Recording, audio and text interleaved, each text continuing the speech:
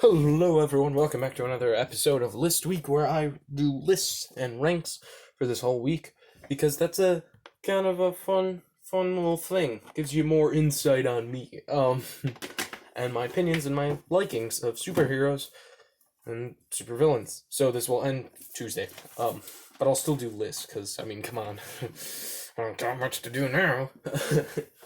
But this is the top 10 best superhero suits from a movie adapted from comic books.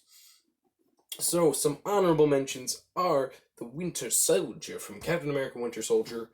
I like his kind of brown suit, I think that was. Or maybe black. It just looks a lot comic accurate, very comic accurate. And I think it was a really cool kind of just adaptation. And honestly, I do like him just having a simple metal arm and not much else. He doesn't need an elaborate suit, which I think is kind of the beauty between him. Number two for honorable mentions is the Joker from Christopher Nolan's Dark Knight, because that's a very comic book accurate suit. It's the colors are right. The next one is, of course, Joker from the movies, Walking Phoenix movie. That one was just a lot accurate. It wasn't accurate, but I just liked it. Um, and then my final honorable mention is Falcon.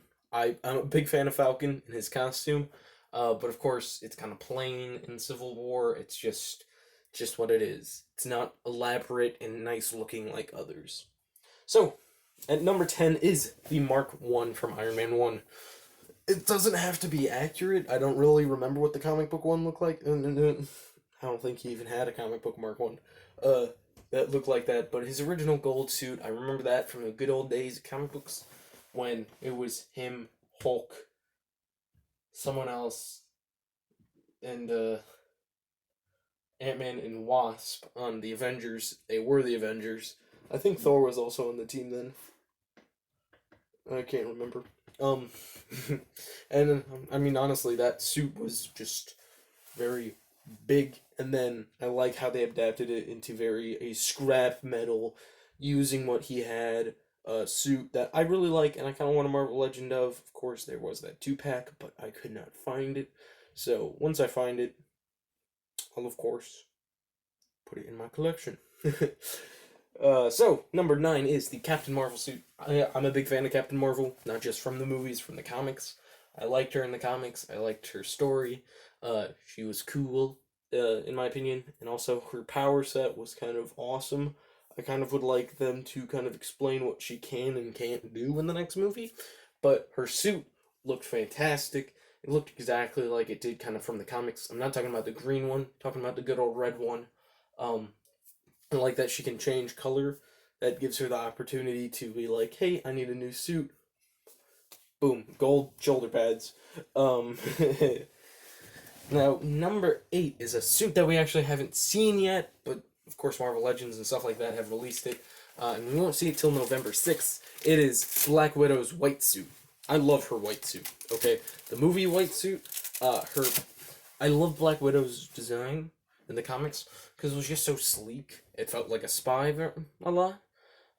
And really in the movie, uh, she kind of doesn't stand out because when we had Nomad, Captain America, when he was in hiding, uh, his suit was super dark and just kind of ragged. So I like that we're getting a nice splash of color in her suit being white. Um, which I do have that figure on pre-order because it looks awesome. Number 7 is the first Avenger Captain America kind of war suit. Not the one that he used to sell bonds and bullets, the one that he used in actual fighting. Because that was just kind of a nice suit. It was leather, it was rugged, it was just kind of what he had. And you got the general drift that was Captain America. And it reminds me of Joe Johnson, the guy who did The Rocketeer 2. And in The Rocketeer, his suit is it's not super complex.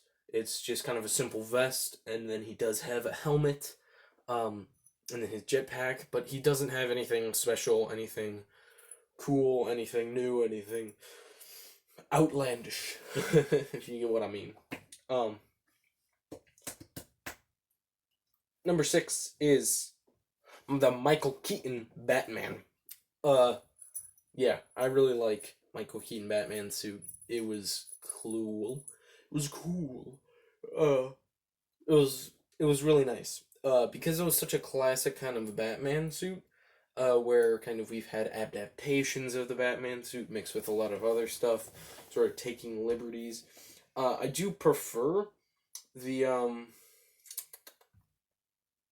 Ben Affleck suit. That looks more comicish, but Michael Keaton one, it's just kind of ingrained in my brain, a part of nostalgia. So I love it, and honestly, I think it's just one of the best suits I've seen so far. 5 is a controversial one. You guys might yell at me in the comments saying, "What are you thinking? No, that's totally wrong. That shouldn't be on this list." Um, and again, if you're watching this video and you're not a stupid bot, please let me know what you think of what your top 5 are in the comments down below. Number 5 is Birds of Prey. You're already cringing, aren't you? Black Mask. Yeah, I was a big Black Mask fan in the original good old days of comics. But I did hate Ewan McGregor playing him. Not because he's gay. Don't yell at me for that. I think he did a good job as playing anyone else. He was somewhat scary. I will give him that. He was scary. He did seem deranged, like he usually does. He just wasn't Black Mask. You know, if you read the Black Mask origin, it's a lot creepier. He kind of falls in love with masks, and he kind of has dick parents. And I think that would have been more exciting to explore in a TV show. Um, I'm thinking that could be definitely a TV show for the DC universe thingy, multiverse thingy. I Whatever their streaming service is, I think they could do that. If they did that, that would be cool. Seeing a nice balance. I know a lot of people in that movie were upset about Cassandra Cain. I will give my opinion on that right now. I think that it was definitely the prep for Cassandra Cain. She wasn't fighting in the battles because this is, again, her origin. This is her beginning year. She's still a kid, so give her a year with Harley and she'll be smacking out villains more than you can say hoo-ha mamadua. But I did like his suit. He was his red suit with his mask. When he had his mask on, he looked good. Um, I think he looked imposing with the mask, and he looked genuinely scary when he was getting all the guys up to go fight birds of prey. Then it kind of went downhill because they killed him in a very unjust way, and also, why would you kill him? You could have had him be so much better. But you know what? I won't judge the movie. But on to number 4. Number 4 is Bloodshot. Okay, you all know this. I hate the Bloodshot comic books by Valiant. I don't like him. He seems way too cocky and arrogant, and he just doesn't seem like a nice character. I just can't fall in love with him and read his comics. Um, Saying that, I still saw Bloodshot, and I love Bloodshot so much.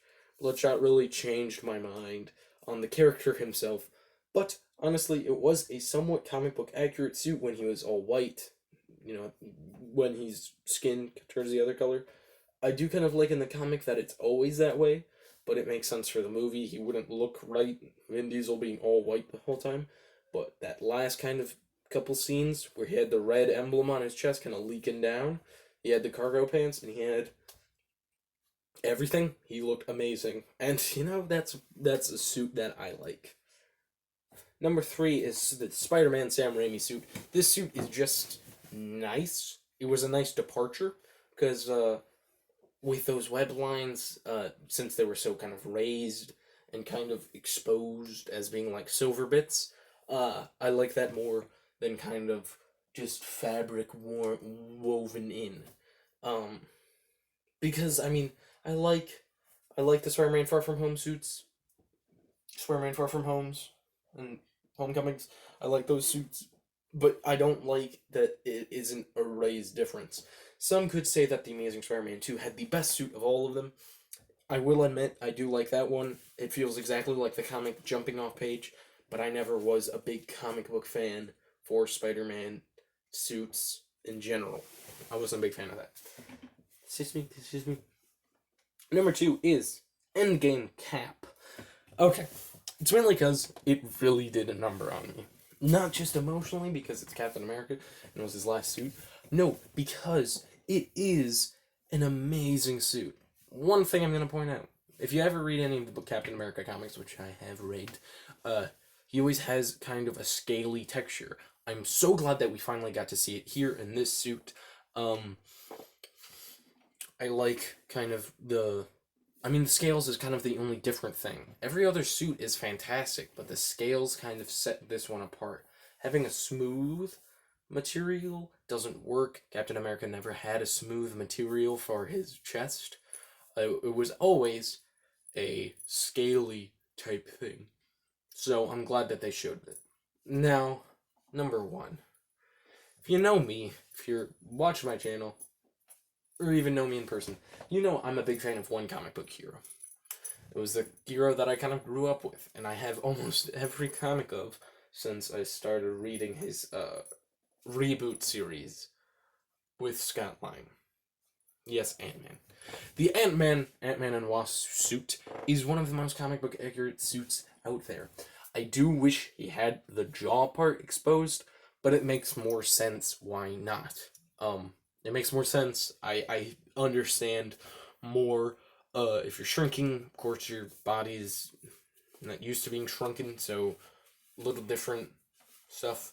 I understand him not being able to have the mouth guard.